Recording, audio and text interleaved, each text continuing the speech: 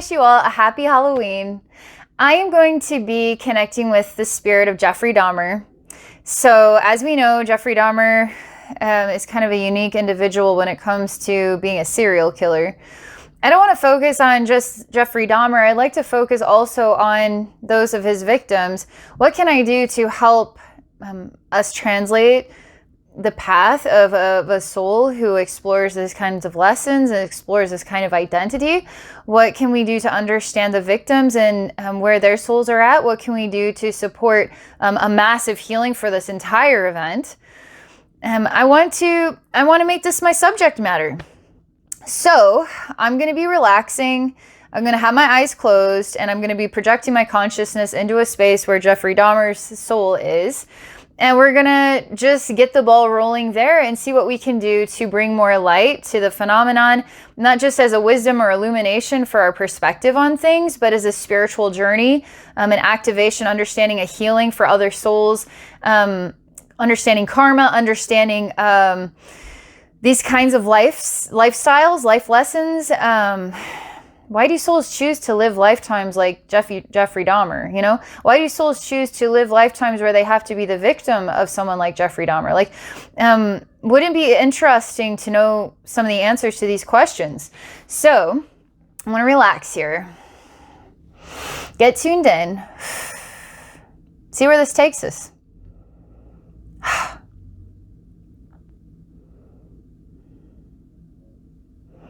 Okay. There's a lot of energy that instantly goes straight into my throat. And I feel like my head is spinning like dizzy with stars.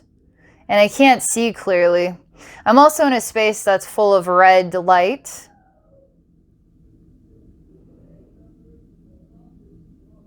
And the next thing I experience having a hand with a knife, and then I stab the knife into what is a red curtain, and then I pull the knife upward, okay? So the curtain now has a slit in it, and it's kind of opened up. I have a secret stash. And I also feel like there's strange things attached to my backside.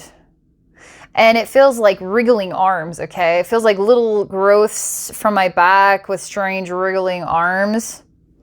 And there's quite a lot of this, actually. It's hard to see what's behind me. It's hard to see what the meaning of these attachments are and what's growing out of the backside of myself. But I am interested, almost like a pirate that found my treasure. I'm really interested in what I have stashed away here on the other side of this. It's like this curtain. It's mine! It's mine! All right, so I'm like, it's mine, it's mine. I'll like go like gremlin-y here. Mine. Oh man, you guys have no idea. I love it so much. I'm hungry for it. I mean, I'll lick these bones clean. I'm hungry for it. This is mine. This is mine. This is mine. I am possessive of what is mine, and possessive of what is mine. And I am possessive of what is mine that I will kill to keep your hands off of what is mine.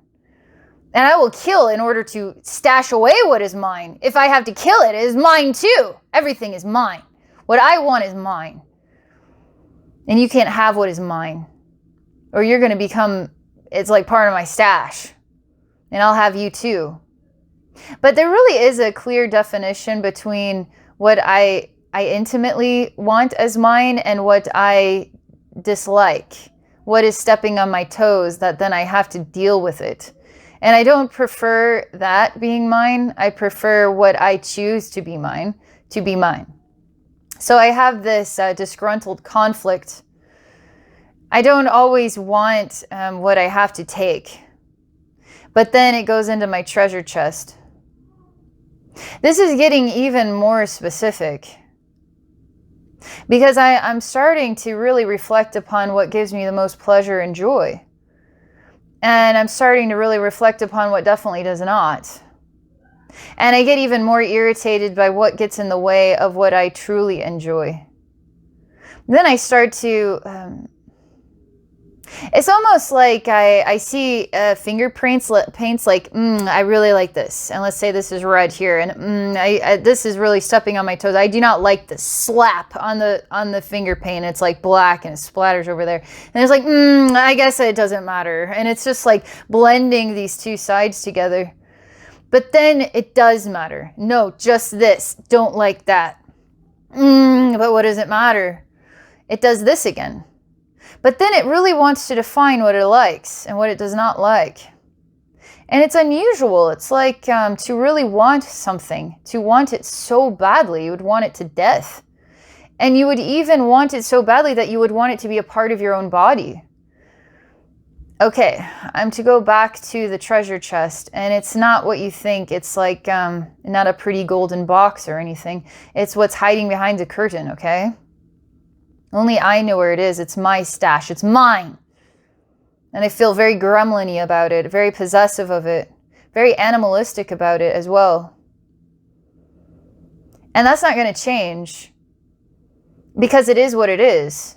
This is my relationship with what is mine. This is mine. This is what it is.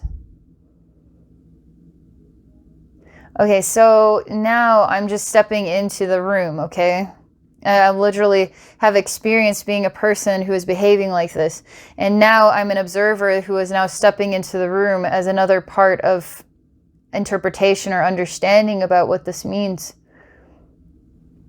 Oh, I represent what is like an investigator or police officer. And instantaneously, I alter my disposition. It doesn't feel like I'm bothered by this, like this is stepping on my toes. But it's almost like I immediately forget about what is behind the curtain, as though it never existed and I never had any relationship with that in the first place. And oddly enough, this stepping forward of what is like a police officer, a concerned individual, an investigator, it feels more like an authority figure. I start to become emotional. I actually start to feel some kind of light in my heart and I start to cry. This is not in front of this person. This is behind closed doors.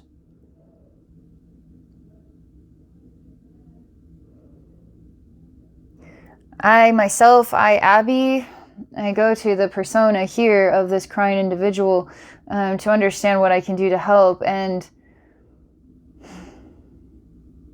this is not, it's interesting, the idea of being able to help someone. What is the idea of being able to help somebody like this?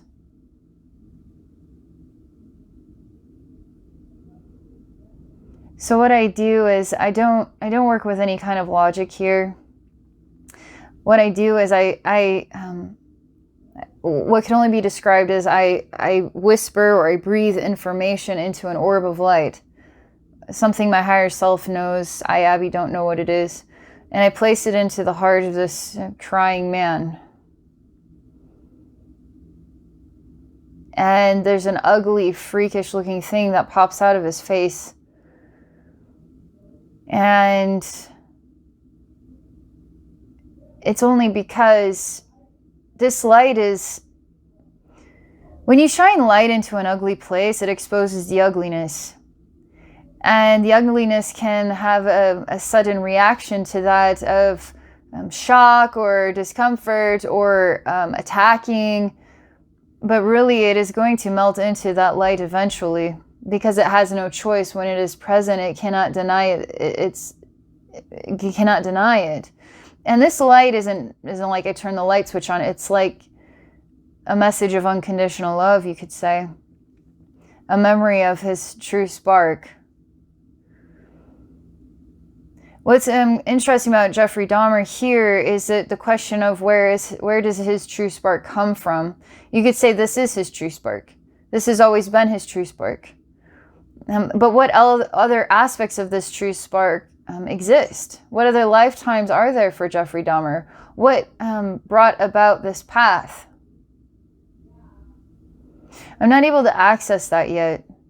I simply have to look into the face of this a freakish looking thing looking back at me. It's odd. It's like got these bulges of flesh that kind of stick out of like a green gooey face.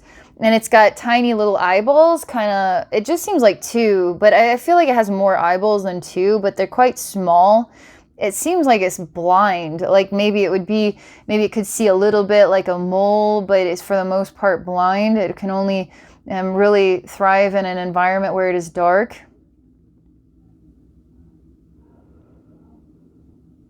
It's a creature, all right.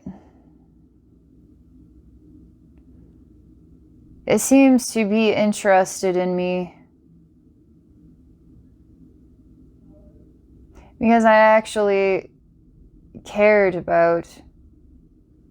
Is it the creature that I cared about? Is it Jeffrey Dahmer that I cared about? Did I care because I saw this man crying and it made me feel empathetic?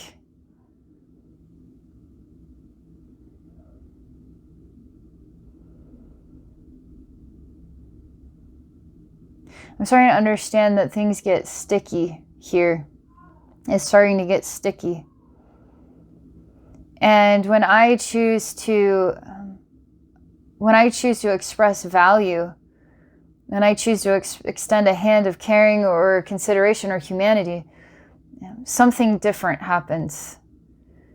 Because I'm extending a hand and I'm placing light into the heart of, you could say, Jeffrey Dahmer, and there's something else also there. And that other thing that's there now comes forward. And that thing is curious. But it's hard to translate it in a human way. I mean, it feels quite alien to me, to be honest. It is not typical. It's getting sticky in here, like the walls, the ceiling, the floor is all getting very sticky. I can't be aggressive towards this sticky creature because I was going to pull it out and then separate the two so I could see them as two separate beings, but it's not for me to do that. It's almost like this sticky thing is burnt into the flesh of Jeffrey Dahmer, and they're working together as though they're one unit. But really, this was just burnt somehow into his being, into his self-expression. It just seems like it's a sticky, slimy, snotty, sticky thing that just got like pressed into his self-expression. And I asked the question, who really is Jeffrey Dahmer? Because this doesn't represent a human expression. This represents an alternative. It doesn't translate into human, okay? The reason why is because how it is reacting to me when I express love or empathy is to make things sticky. And in its way, it's showing me its own beautiful nature. It says, here, let me show you something of myself. Now it's getting really sticky and I'm starting to become a fly on fly paper, and it's doing this out of love for me. How is that out of love? But it translates as, this is me doing this out of love for you. But that is not what love is. But it says, yes, that is what love is. And I start to absorb into the flesh of this sticky thing. And I see another lifetime where I'm a creature and my body gets very, very sticky. And I catch things onto my flesh and I absorb it into my body and I consume it in this way. And I actually live quite a joyful, happy life as what this alien thing is. It's all very matter of fact, but it is love, because I do value everything that I eat and consume, because it gives it longevity to my life. And I see this at the forefront of Jeffrey Dahmer. It's absorbing in the value of what it consumes. I don't feel like consuming. I don't want to call these people victims. Isn't that strange? Because they were just passerbyers. This would be natural for this alien being to just collect the passerbyers and to consume it as though this is an instinctive behavior. This is just what it does. But it values and appreciates everything in its own way that it ends up consuming.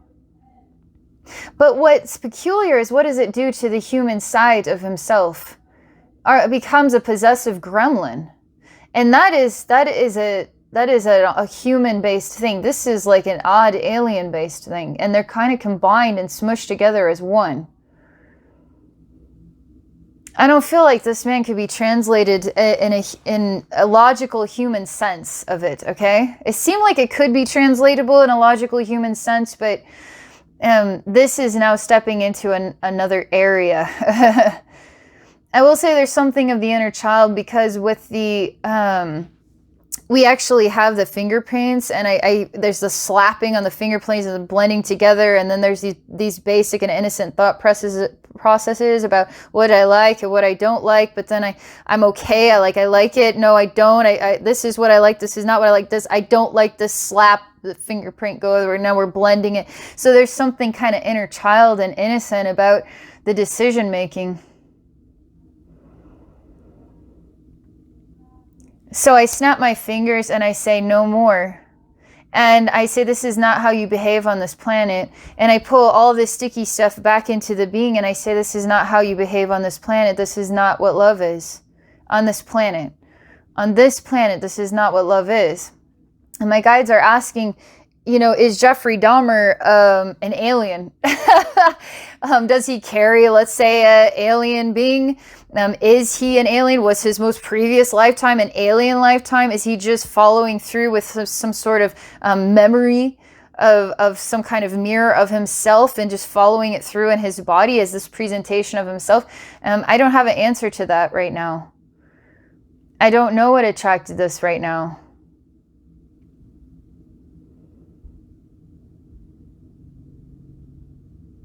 But I do know that I'm telling this alien being, because this is the right next thing to do, I'm sending this energy back in to this alien being, because that's only the best way I could define it, is alien, is foreign, it's not of Earth, okay? And then I'm putting it back in, and I see the two are still smushed together somehow. They're two peas in a pod. There are two peas in a pod. How is that possible? All right, I'm kind of stuck between two rooms, because I put the stickiness back into that strange, gross looking being, and I'm just in a basic room, and we're kind of confused right now. There's a state of confusion because I had the conversation, this isn't what love is, and then it's looking at me like blinking, like not understanding. And I'm looking in the other room, and I see like the finger paints and the gremlin and what's behind the curtain, and it's mine, and then there's a police officer, and then this inspires a sensation of light to fill the heart, but then the motion happens. And then here I am comforting, and then here comes the strange alien presence. And what comes naturally is to create the sticky skin and for me to be absorbed and digested. Bam, that's like where I'm at here with this. I'm stuck between these two worlds. I feel there's so much lack of logic, even if we can make sense of to a degree, that this seems to be a lack of logic in what it is to just be innately human. This is lacking the logic of just, you were born to be innately human. This doesn't follow the rule book here, okay? This is outside the box. I said I wasn't going to spend too much time just on Jeffrey Dahmer because I'm quite curious about the victims. And okay, I just see the victims like flies that innocently absorbed into the flesh and the skin, digested by this alien being, became hidden behind the curtain as the possessions for the human side that became the gremlin.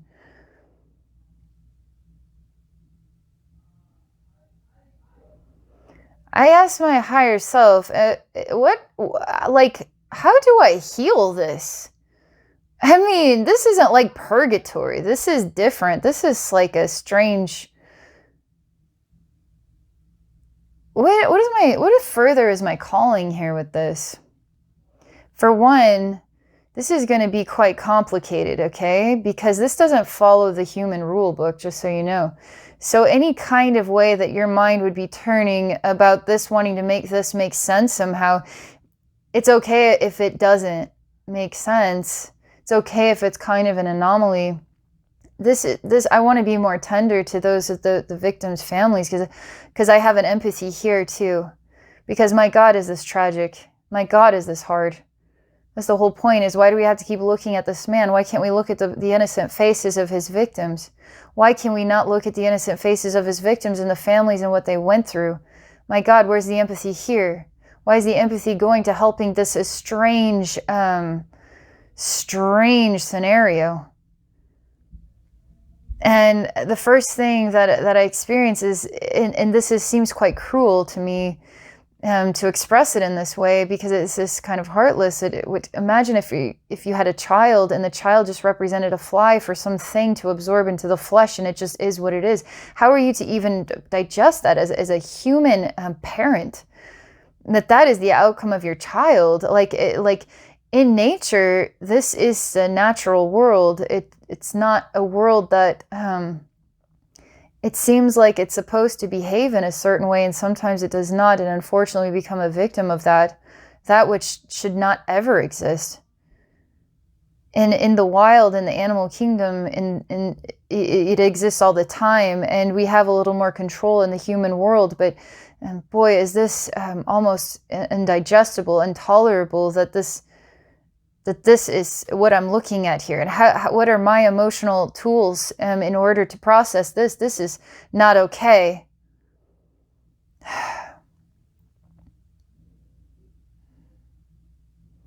Keep seeing a human being, the victim is a fly that absorbs into the flesh of something that it would not make sense in this world.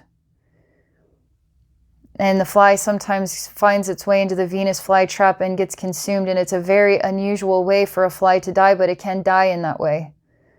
So do we hate the Venus flytrap for being what it is?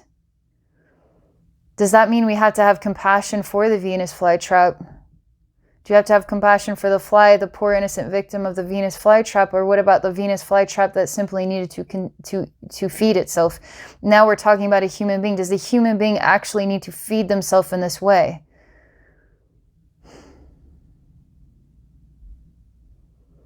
I say, my gosh,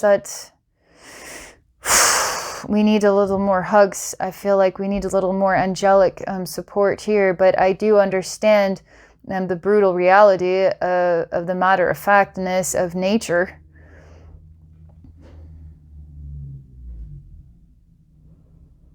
I'm going to turn my back on Jeffrey Dahmer and this weird scenario, because we can continue to study and analyze it, but I really want to go look at the souls of those who are the victims. And I just want to get a feel as a collective group what their messages are for us. And I want to go to a place of love and to send them light, because this must have been absolutely difficult to endure what became the end of their life. You ever wake up one day and it's going to be a great day, next thing you know, not alive anymore. It just didn't expect that. Why is it so hard to reach these people? They seem to be very, very, very far away, and they all seem to be in the same kind of collective group together. And they're kind of stuck in a slimy substance. And I just see heads. Like little orbs stuck in a slimy goo, okay? Slimy, clear goo. I see a sicko, and the sicko is... this is a big cosmic body, and there is this intimate, basically rape event, but it's quite intimate for the rapist, and it's forcing its body upon this sticky goo of these heads, and they have no bodies, and they're just forced to endure this, and the rapist says, I love you, I love you, I love you. You pleasure me, you bring me great joy. And the heads are just like kind of stuck and still and not in motion at all. They're just suspended. They're just like timed out, and they're just kind of numb and neutral, like they aren't even blinking their eyes. They aren't crying for help. They're just stuck. And I see this man, this represents Jeffrey Dahmer, is continuing to go deeper and deeper and deeper into like sexual pleasure here with this goo. And this is heaven. I mean, this is pure bliss. This is pure bliss. So I snap my fingers and I remove him from the pure bliss so we can separate these two energies. Because I'm going to shield these victims because they're real people. They're not just things or flies, they're real people. And I'm shielding them from his energy. So I'm creating the mirror, and then this is going to return back to himself, not through others, but through himself, back to himself. And he has to really get to know who he is. He lacks the ability to know who he is. He lacks the ability to truly know who he is. So we're going to place him in a box full of mirrors. And so he must see himself clearly. And that is the only way. And now I am shielding him in this box of mirrors. And then I am separating his energy from these victims, okay? And I don't like the word victim. It's the only word that we could use to describe, here's the bad guy, here's the innocent person, and it's the victim is the innocent person. And sometimes, like, I feel like I can't explain what the word would be if it isn't victim, but I guess a victim is like holding on to something of treachery, of degradation, of destruction. But if we're going to create empowerment for these souls, we would not continue to call them victims. We would continue to call them ascended angels, ascended beings with amazing wisdom to provide the human race. They're not deduced down to the sludge. They're incredible souls with incredible wisdom to share, and they're beautiful, and they're full of light, and they're amazing, and let's not call them victims anymore. It's almost like, let's move on from this whole Jeffrey Dahmer stuff so that we can start to see what's beyond all of this in the light, not in the dark and the disgusting and the filth. There is time, though, where we need to analyze these energies because we're also in the mirror trying to understand ourselves through the understanding of each other. And then we have unusual anomalies in our collective groups, and we want to understand those anomalies because they give us access to new ways of thinking about human psychology, human emotion, society, what creates this. It opens up many doors of thought, and it's thought-provoking. So you have the oddball, and there's so much we can learn from oddballs. But obviously we have these kind of exchanges, and that's no good, is it?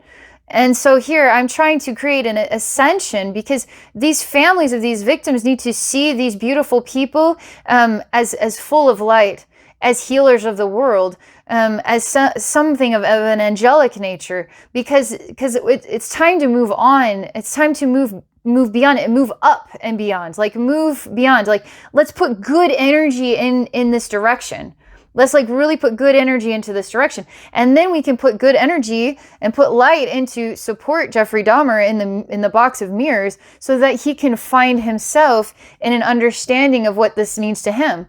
What's interesting is if he's an anomaly to us, he could be an anomaly to himself. So is there learning for him? Or maybe he just is a Venus flytrap. I mean, does he have to burn in hell for all eternity if he just simply happened to be born as a Venus flytrap? I mean, do we persecute him? But obviously, there's an opportunity to understand the value of people beyond yourself in a way that is honoring what human exchanges are about, because this is foreign. This is an alien exchange. This is I digest humans on my sticky skin. That's weird. That's way out there. But what if it's not comprehensible or capable of being human? I mean, this is quite thought-provoking. So I'm taking each one of the heads and I'm giving them a body, and I'm hugging each one of these, and I say, boy, you are just absolutely beautiful souls. Wow, the incredible things that you've learned from this experience.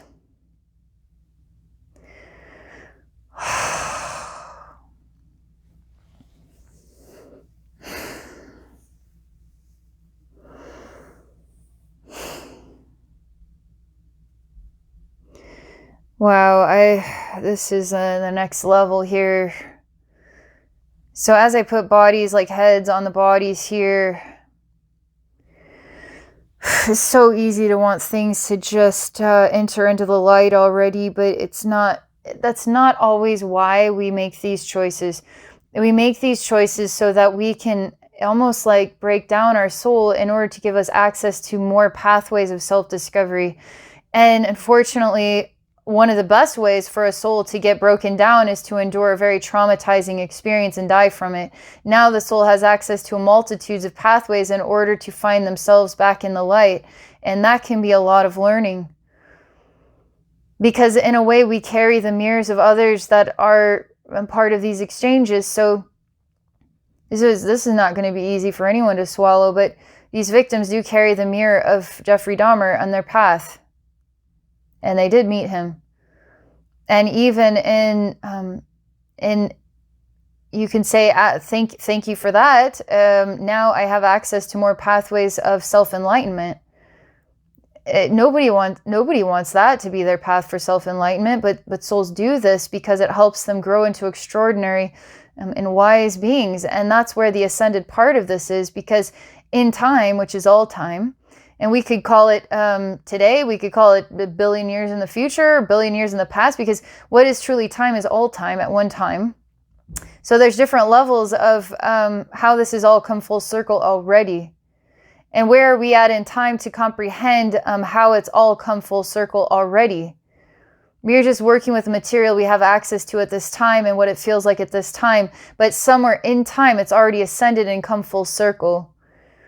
And this is, again, very hard to talk about, but gratitude, souls can be in gratitude. When they are victims, they can be in gratitude of the one that broke them down and gave them access to more. Why does it have to be painful? Why?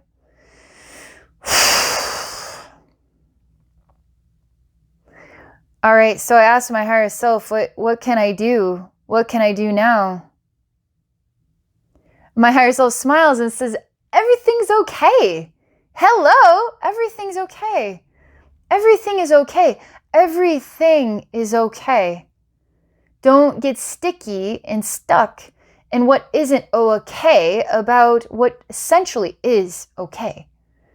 Because I'm starting to get stuck in the walls and digested by this strange thing, like I'm a fly in the alien Venus flytrap's body, and it's grateful for me. But I'm not grateful for it. I'm like totally not grateful for this event here. I don't like anything about you as I'm being digested into its body. I hate your guts for this. And it's like, thank you. I love you. You're giving me longevity. I love you so much. As this intimacy is taking place in my head, just is in this goo. Like, none of this is like easy to be grateful for this. But if we let go of the illusions of what this is all about, if we start to open up our again, it comes back to what was the language here. I guess you say your heart, your soul, the higher perspective of what it all means in time. If we look at this as a microscopic, but then we look at this as macroscopic, and we look at 1 trillion years beyond this one event, and how extraordinary these so-called, these victims are, like so-called victims, these ascended angels, like these incredible souls. We see the macrocosm of what this learning is all about. We're going to be like, holy smokes, you're amazing. All of you are amazing. You would even say it about Jeffrey Dahmer. You would say, Jeffrey Dahmer, your soul is amazing. You would say it to all the victims. You say your soul is amazing. And we start to understand that these exchanges are, as human beings, we interpret it for what it is, and where our learning's at is collective groups, and we grow and learn from it. We don't necessarily like it. But then at a macroscopic level, we start to see and value and appreciate each other for all this stuff. For all this stuff. And it all becomes light, and it all becomes learning, and it all becomes gratitude, and it all becomes value. Even the parents of those who are the victims are also victims. And light then goes upon them for what they are learning and what they're going through. But can we put light into Jeffrey Dahmer so that he too can understand the perspective of the victims, because he must also see through their eyes too, as well as the eyes of the families. So we're giving him that gift in his box of mirrors, but we're going to give it to him with light and love and support to help him find a true understanding about all sides of this.